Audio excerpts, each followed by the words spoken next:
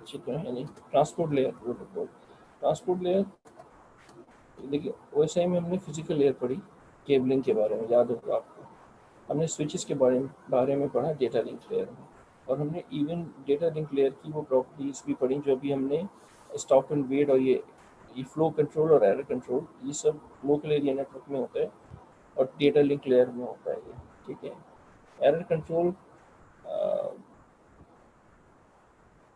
में कुछ चीज़ें ट्रांसपोर्ट लेयर की भी होती हैं, लेकिन बहरहाल असल ये टॉपिक डेटा लिंक लेयर का था। और स्विचेस आपने पढ़े, राउटर्स और आईपी एड्रेसिंग पढ़ी आपने नेटवर्क लेयर में, राउटर्स और आईपी एड्रेसिंग पढ़ी आपने नेटवर्क लेयर में। अब बात है ट्रांसपोर्ट लेयर की, जिसमें टीसीपी और यूडीपी के बारे में पढ़ेंगे आप। आपको शायद अगर याद हो तो नेट पैट आपने पढ़ा था, network address translation, port address translation. वहाँ पोर्ट नंबर यूज होते थे, वो टीसीपी पोर्ट नंबर्स होते थे। तो पोर्ट एड्रेस ट्रांसलेशन बेसिकली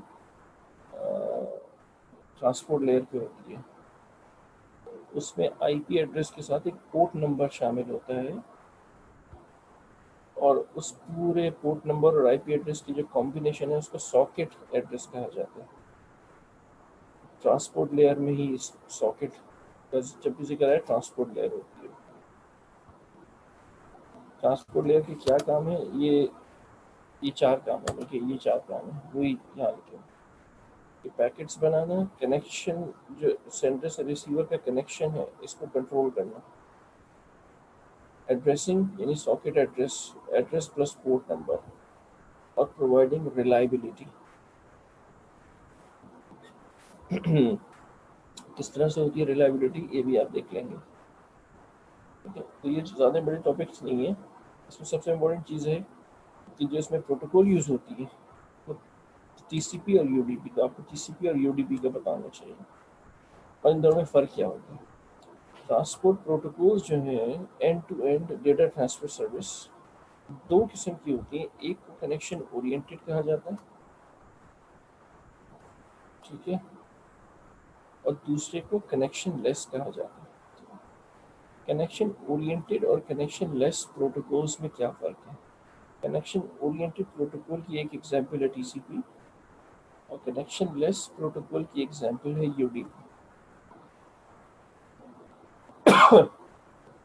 तो इन दोनों का फ़र्क समझ लें। कनेक्शन ओरिएंटेड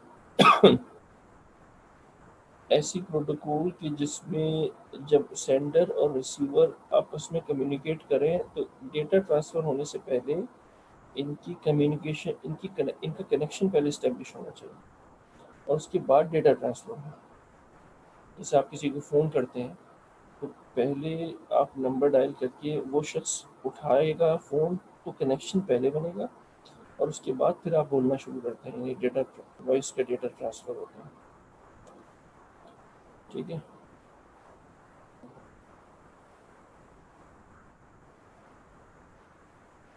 ट्रांसपोर्ट देखो ये तीन लेयर्स बड़े मिलते जुलते काम है इनके। इन्होंने अच्छा सवाल पूछा है कि isn't it connection established in session layer. Session layer session बनाता है, ठीक है। कनेक्शन एस्टैब्लिश ट्रांसपोर्ट लेयर करती है, लेकिन सेशन और कनेक्शन में थोड़ा सा फ़र्क होता है। कनेक्शन बनता है दो मशीन्स के दरमियान, दो मशीन्स के दरमियान आईपी टू आईपी कनेक्शन होता है।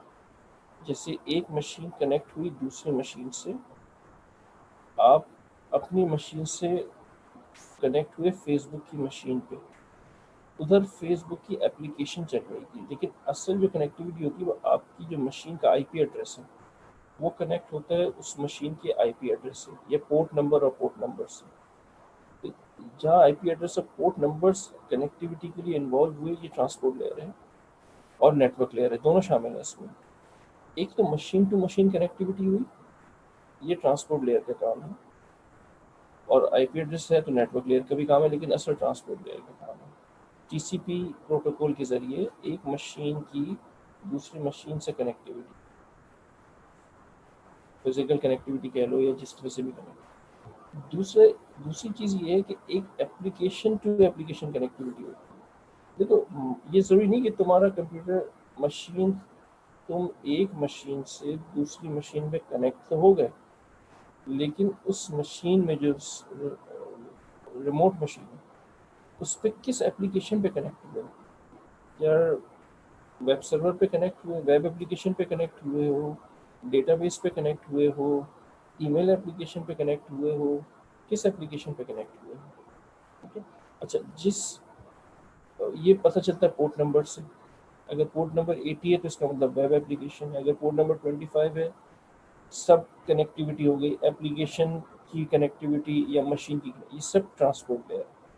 लेकिन जब तुम एक एप्लीकेशन पे कनेक्ट हो गए, जैसे तुम वेब एप्लीकेशन पे कनेक्ट हुए, लेकिन उस पे कनेक्ट तो तुम हो गए पोर्ट नंबर से और आईपी एड्रेस के ज़रिए उस मशीन, और उस मशीन में चलने वाली एप्लीकेशन पे कनेक्ट तो हो गए, लेकिन तुमने अब उसके मल्टीपल सेशंस ओपन किए हैं ब्राउज़र में। जितने सेशंस ओपन करते हो ना, टैब्स मुख्तलिफ ओपन, ये मुख्तलिफ सेशंस हैं, तो इनके लिए तुम्हें फिर बार बार पूरी कनेक्टिविटी नहीं करनी पड़ती, सिर्फ सेशन लेयर यूज़ होती है जो इनके सेशंस बनाती है। तो उस एप्लीकेशन के अंदर मज़ीद सेशंस और सेशन आईडी दी जाती है। जैसे तुम मल्टीपल टैब्स नहीं ओपन करते गूगल क्रोम में, एक ही एप्लीकेशन तुमने उस सर्वर पे जो वेबसाइट चल रही है उस पर कनेक्ट तो हो गए पोर्ट नंबर और टीसीपी और आईपी एड्रेस से, उस एप्लीकेशन पे भी कनेक्ट हो गए, लेकिन अब तुमने क्या किया, एप्लीकेशन ओपन किया, उसका होम पेज आया, फिर तुमने एक किसी लिंक पे राइट क्लिक किया उसी और उसको दूसरे नए टैब में ओपन कर लिया, तो है वही मशीन वही एप्लीकेशन, लेकिन नया सेशन बन गया। उस सेशन पे तुम उसी एप्लीकेशन की या उसी वेबसाइट की कोई और चीज़ देख रहे हो, फिर राइट क्लिक करके एक और टैब ओपन कर लिया, तो मल्टीपल टैब्स तुम एक ही वेबसाइट को ओपन किए हुए होते हैं। ये सेशंस है सारे, थोड़ा सा फ़र्क है थोड़ा सा इनमें, तो ये ध्यान में रखना। ठीक है, बताइए ठीक है नहीं है, लेकिन बहरहाल मैंने बताने की कोशिश की है। एक मशीन टू मशीन कनेक्टिविटी है, एप्लीकेशन टू एप्लीकेशन कनेक्टिविटी है, ये दोनों काम नेटवर्क लेयर और ट्रांसपोर्ट लेयर में होते हैं। Machine to machine IP connectivity network layer का काम है, ट्रांसपोर्ट लेयर का एप्लीकेशन कनेक्टिविटी यानी टीसीपी आईपी के जरिए वो पोर्ट नंबर्स यूज़ करते हुए, पोर्ट 80 है तो वेब एप्लीकेशन, पोर्ट 25 है तो एसएमटीपी, ये ट्रांसपोर्ट लेयर हो गया। एप्लीकेशन के अंदर मजीद अगर टैब्स ओपन कर रहे हो, सेशंस क्रिएट कर रहे हो, ये सेशन लेयर, यानी सेशन, हर सेशन को एक आईडी मिल जाती है, वो एप्लीकेशन उसको हर सेशन को एक आईडी दे देती है, ताकि पता चलता रहे कि जो रिप्लाई है वो जा तो उसी मशीन में रहा है, लेकिन किस सेशन में जा रहा है। तो उसी सेशन में रिप्लाई जाए, मशीन तो एक ही है, लेकिन उस सेशन मुख्तलिफ सेशन 10 सेशन ओपन किए हुए तो 10 आईडीज मिल जाएंगी। ठीक है, एनीवेज हम आ जाते हैं वापस, एक है कनेक्शन ओरिएंटेड और एक है कनेक्शन बेस्ड प्रोटोकॉल। अब मैं ये कह रहा हूँ कि कनेक्शन ओरिएंटेड जो होती है ये स्लो होती है। एक बात, कनेक्शन ओरिएंटेड रिलायबल है और स्लो है, उसकी एक एग्जांपल टीसीपी है। कनेक्शन लेस अनरिलायबल है और फास्ट है, उसकी एग्जांपल यूडीपी है। अब मैं ये बातें क्यों कर रहा हूँ, कनेक्शन ओरिएंटेड जो होती है उसकी एग्जांपल बिल्कुल वैसी है कि जैसे मैं आपको एक एग्जांपल दूँ, इसमें कनेक्शन पहले बनता है और फिर डेटा पास होता है, इसमें कनेक्शन बनाने का भी टाइम खर्च हो रहा है। एक बात, रिलायबल इसलिए कि कनेक्शन पहले बना है तो अब डेटा सही सही जाएगा, उसी डेस्टिनेशन तक जाएगा जिससे कनेक्शन बना है, तो इसलिए ये रिलायबल है। जैसे आपकी फ़ोन सर्विस है तो ये कनेक्शन ओरिएंटेड है, क्योंकि पहले कनेक्शन बनता है और फिर डेटा जाता है। लेकिन अगर आप किसी को ख़त लिखते हैं तो सिर्फ आप एड्रेस लिख के भेज देते हैं, छोड़ देते हैं उस खत, तो खत की जो कम्युनिकेशन है ना वो अनरिलायबल है, वो कनेक्शन लेस के हैं, क्योंकि आपने पहले से कोई बीच में कोई कनेक्शन नहीं बना हुआ, खत लिख के आपने बस दे दिया, अब वो बीच में गायब भी हो सकता है, वो उसको पहुंच जाए तो बड़ी बात है, अच्छी बात है पहुंच जाए। ठीक है, लेकिन उससे ज़्यादा, इन दो से ज़्यादा बेहतर एग्जांपल और भी है कि जैसे मैं आपको एक एग्जांपल दूँ कनेक्शन ओरिएंटेड और कनेक्शन लेस की। क्या एग्जांपल दूँ मैं आपको कि अगर मैं आपसे कहूँ कि भाई आप आपने सोचा ईद वाले दिन कि यार मैं लोगों से मिलता हूँ जाके, तो एक तो तरीका ये होता है कि आप अपने जिससे मिलने जा रहे हैं उसको पहले फ़ोन कर लें और फ़ोन करके उसको बता दें भाई मैं आपसे मिलने आ रहा हूँ, तो फिर वो आपको टाइम दे देगा। फिर आप उससे मिलने चले जाए। ये कहलाएगा कनेक्शन ओरिएंटेड, कि पहले कनेक्शन बनाया आपने उससे और फिर उससे मिलने गए।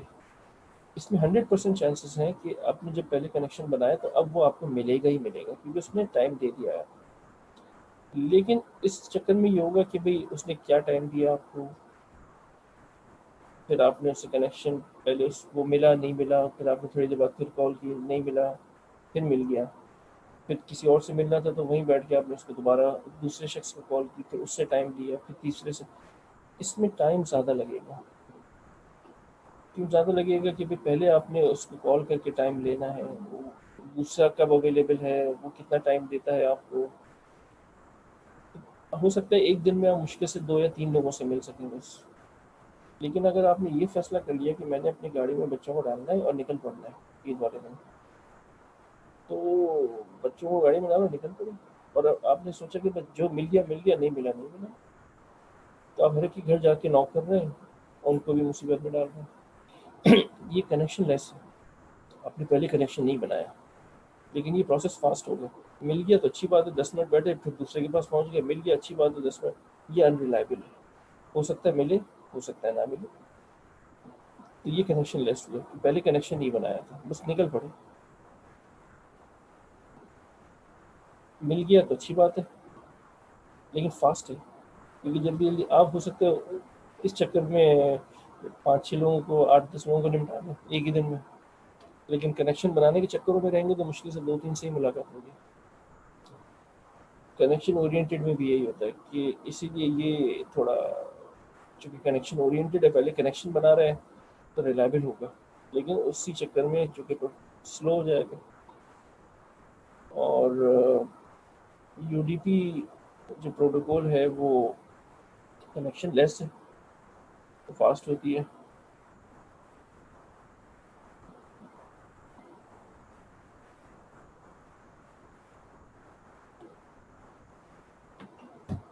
याद रखें कि जितनी भी ऑनलाइन स्ट्रीमिंग वगैरह होती है ना, वहाँ आपको फास्ट प्रोसेसिंग चाहिए, इसलिए वहाँ यूडीपी यूज़ होती है।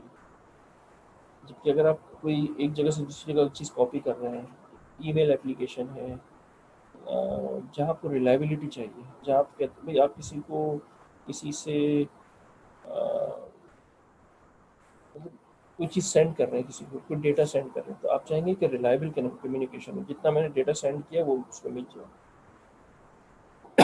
तो वहाँ आप टीसीपी प्रोटोकॉल यूज़ करते हैं, ये बाकायदा 3 वे हैंडशेक होता है।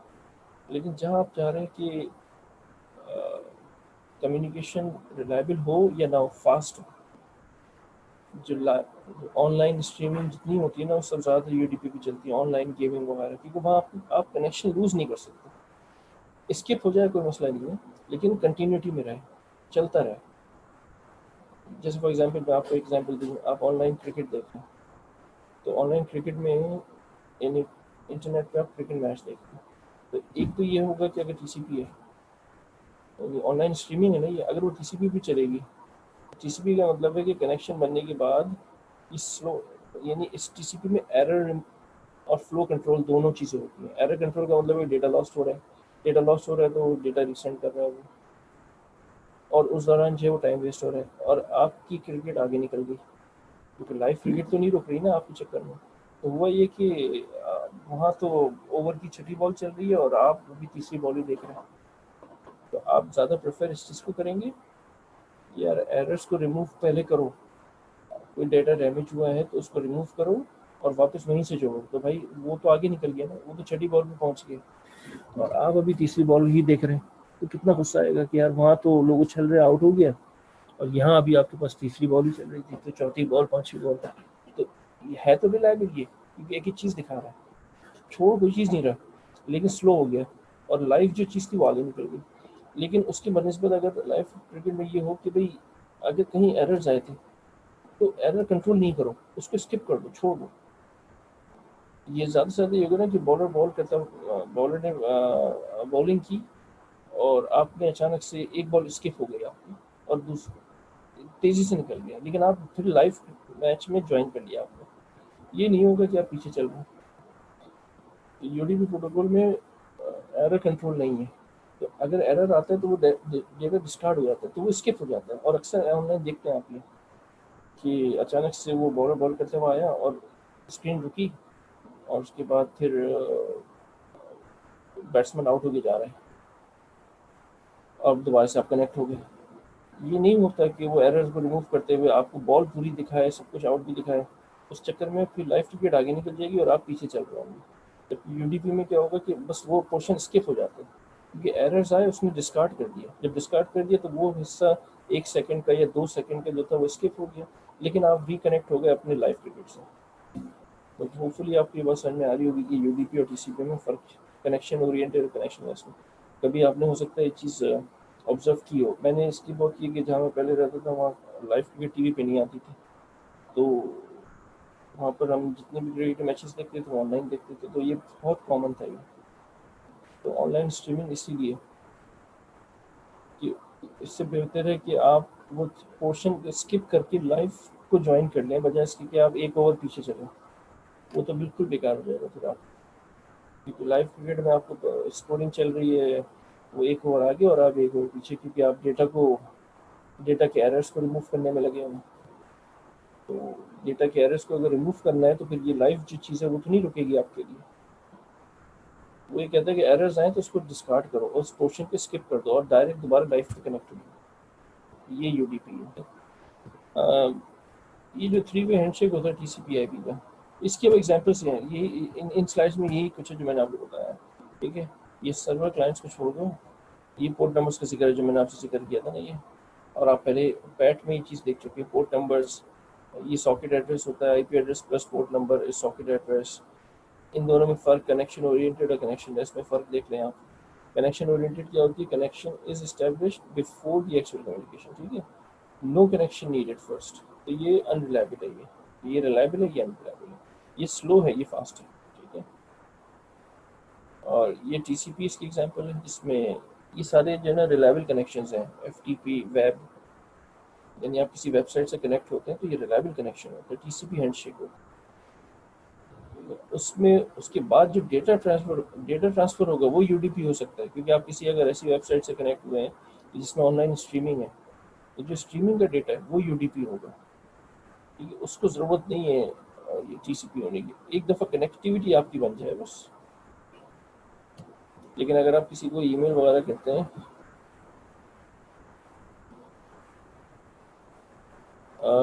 इनका पता नहीं क्या सवाल पूछा बेटा, मुझे सवाल आपका लिखा हुआ समझ में नहीं आ रहा सर। इनका किससे कोई लिंक है?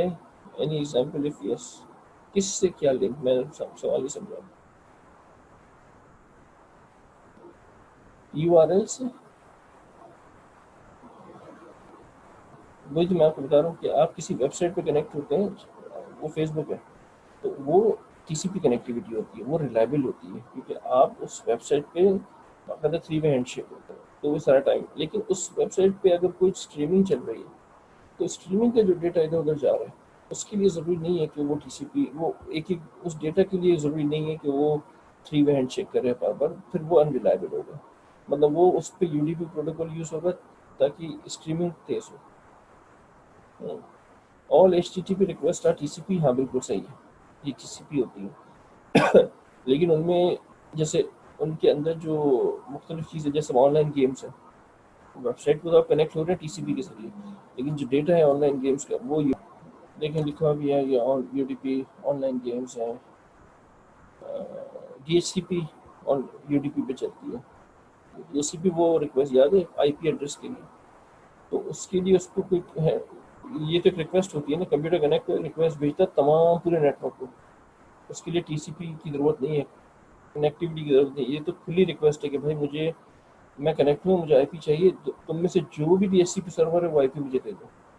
जितनी भी ब्रॉडकास्ट होती है ना ज़्यादातर वो यूडीपी होती है, क्योंकि ब्रॉडकास्ट क्या होती है? एक खुला मैसेज होता है। जब मतलब वही बात है कि मस्जिद में जो ऐलान कराते हो तो वो यूडीपी हुआ ना, क्योंकि उसके लिए तुम्हें कनेक्टिविटी की ज़रूरत नहीं है, वो तुम ऐलान कराते हो कि भाई जहाँ तक पहुँच जाए पहुँच जाए। ब्रॉडकास्ट जितनी होती है टेलीविजन वगैरह, ये सब यूडीपी की एग्जाम्पल से कह सकते हैं। मतलब ज़ाहिर उनमें खैर वो तो प्रोटोकॉल्स डिफरेंट यूज़ हो रही होती है, लेकिन एक एग्जाम्पल में बता रहा हूँ। कि अगर आप मस्जिद में ऐलान करा रहे हो तो ये टीसीपी नहीं है, ये यूडीपी है। टीसीपी क्या कि आप एक एक के घर जाके उसको बता रहे हो, ये टीसीपी है। कनेक्शन ओरिएंटेड है ये। कनेक्शन लेस क्या है कि बस हवा में ऐलान कर दिया और वो चीज़ पहुंच गई तो पहुंच गई, लेकिन इससे होगा कि फास्ट होगा। मस्जिद में ऐलान कराओगे, कोई सुने ना सुने लेकिन एक साथ सब तक पहुंच जाएगा। जबकि एक एक के घर जाओगे तो ये कंफर्मेशन है कि उसने बात सुनी है तुम्हारी, लेकिन फिर स्लो प्रोसेस हो जाएगी। ठीक, तो ये सारी चीज़ें यहाँ पर लिखी हुई हैं, इनको पढ़ लेना। यूडीपी क्या है, टीसीपी क्या है। यूडीपी में कोई फ्लो और एरर कंट्रोल नहीं है, क्योंकि अगर एरर कंट्रोल करने बैठ गए तो भाई फिर पीछे रह जाएंगे। अब लाइव कम्युनिकेशन आगे बढ़ चुकी होगी, फिर आप पीछे पीछे जा रहे होंगे। वो 5वें ओवर में और आप 4थे ओवर में का मैच देख रहे हैं, तो इसमें कोई नहीं है एरर कंट्रोल, फ्लो कंट्रोल। ठीक है, ये ज़्यादातर इसलिए यूज़ होती है मल्टीमीडिया एप्लीकेशंस के लिए। ये वेल नोन पोर्ट नंबर्स हैं यूडीपी के, well known port number TCP के भी होंगे यहाँ पर कहीं, जो कि आपने इससे पहले भी देखे हैं। ये देखें टीसीपी, ये वेब वही सब बता रहा है कि जो मैंने आपको अभी वर्बली बताई है। फुल डिप्लेक्स होती है, रिलायबल सर्विस है ये, कनेक्शन ओरिएंटेड होती है TCP. Well known TCP port number ये सारे हैं। एचटीटीपी का 80 होता है, सबको पता है। एसएमटीपी ईमेल है, ये 25 होता है। ये सारे पोर्ट नंबर्स हैं। और ये लास्ट इसकी स्लाइड है। सिंपल सा टीसीपी कनेक्शन क्या होता है, इसको कहते हैं 3-वे हैंडशेक। यानी आप जब किसी को, जब सेंडर रिसीवर से कम्युनिकेट करता है, आपका कंप्यूटर किसी दूसरे कंप्यूटर से कनेक्ट होता है, तो डेटा पास होने से पहले, जैसे आप फेसबुक की वेबसाइट पे कनेक्ट हो गए, तो स्टार्ट में आप जब देखते हो ना facebook.com लिखते हो, तो नीचे नीचे बाकायदा चल रहा होता है कॉन्टेक्टिंग, फिर कनेक्टिंग, और फिर उसके बाद इस्टेब्लिश्ड होता है। ये स्टेप्स हैं कुछ। अगर आप अक्सर देखें वेबसाइट पे जब आप कनेक्ट होते हैं तो नीचे बॉटम पे लिखा हुआ आ रहा होता है कि अभी सिर्फ कॉन्टेक्टिंग है, कॉन्टेक्टिंग द वेबसाइट। फिर उसके बाद लिखा रहा होता है एस्टैब्लिशिंग अ कनेक्शन, या जो 2-4 स्टेप्स लिखे हुए होते हैं वो। ठीक है,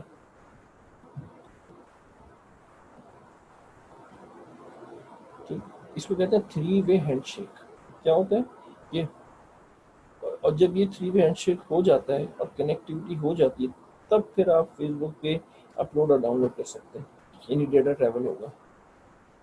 यानी सेंडर पहले एक रिक्वेस्ट भेजता है, सिंक्रोनाइज की request, synchronize message. Receiver receive करता है और उसको एक्नॉलेज करता है, यहाँ भी तुम्हारी रिक्वेस्ट मुझे मिल गई है। सेंडर को एक्नॉलेज मिलती है, फिर वो एक एक्नॉलेजमेंट और भेजता है, यहाँ भी तुम्हारी एक्नॉलेजमेंट भी मुझे मिल गई है। ये उसको रिसीव हो जाती है। इसको कहते हैं 3-वे हैंडशेक। ठीक है, 3 स्टेप्स है ये, और टीसीपी के 3 स्टेप्स हैं। टीसीपी सेशन एस्टेब्लिशमेंट, और कहते हैं ग्रेसफुल टर्मिनेशन। ये तो एस्टेब्लिशमेंट है। स्टैब्लिश कौन करता है सेशन? सेंडर। रिसीवर तो नहीं करेगा, रिसीवर तो बैठा हुआ है। अब आप किसी को फ़ोन करते हैं तो रिसीवर फ़ोन उठाता है तो स्टैब्लिश होता है कनेक्शन, लेकिन इनिशिएट कौन कर रहा है? जिसने फ़ोन किया। ठीक है, तो इसने एक रिक्वेस्ट भेजी, उसने रिसीव की, उसने एक्नॉलेज किया और इसने मजीद एक्नॉलेज कर दिया, ये काम खत्म हो गया, कनेक्शन स्टैब्लिश हो गया। अब डेटा पास हो जाएगा। टर्मिनेशन में क्या होता है? ये टर्मिनेशन में एस्टैब्लिश करने में तो सिर्फ सेंडर एस्टैब्लिश कर सकता है ना, रिसीवर तो नहीं कर सकता। शायद रिसीवर तो रिसीवर है ना, तो उसको क्या पता मेरे पास कब कॉल आ रही है, किससे आ रही है। जब कॉल मिल चुकी है, कनेक्टिविटी बन गई है, तो अब टर्मिनेशन का क्या प्रोसेस होता है कि सेंडर सिंपल एक फिनिश का मैसेज भेज देता है, रिसीवर उसको रिसीव करता है और एक्नॉलेज कर देता है, और टर्मिनेट हो जाता है कनेक्ट। ये 4 स्टेप्स नहीं है, बेसिकली 2 स्टेप्स हैं। टर्मिनेशन सिंपल होती है, इसने मैसेज भेजा फिनिश का, इसने उसकी एक्नॉलेजमेंट की और टर्मिनेट हो गया। बताया यहाँ पर ये जा रहा है कि ये जो फिनिश का मैसेज है, ये जो टर्मिनेशन है, इसका हक सिर्फ सेंडर को नहीं होता बल्कि रिसीवर को भी होता है, क्योंकि और होना भी चाहिए। ऐसा तो नहीं होता ना, आपने फ़ोन किसी को किया तो अब आप सिर्फ आप ही को राइट है कि आप उसको डिस्कनेक्ट करें। दूसरा जो रिसीवर है वो डिस्कनेक्ट ना कर सके। अक्सर तो बल्कि आप लोगों के साथ ये होता है कि रिसीवर डिस्कनेक्ट कर देता है आपकी बातें सुनकर, तो उसको भी राइट होना चाहिए। तो ये लिखा हुआ है यहाँ पे कि टर्मिनेशन सिर्फ सेंडर नहीं कर सकता, रिसीवर भी कर सकता है। अगर रिसीवर फिनिश का मैसेज भेज देगा तो इसको एक्नॉलेज करना पड़ेगा और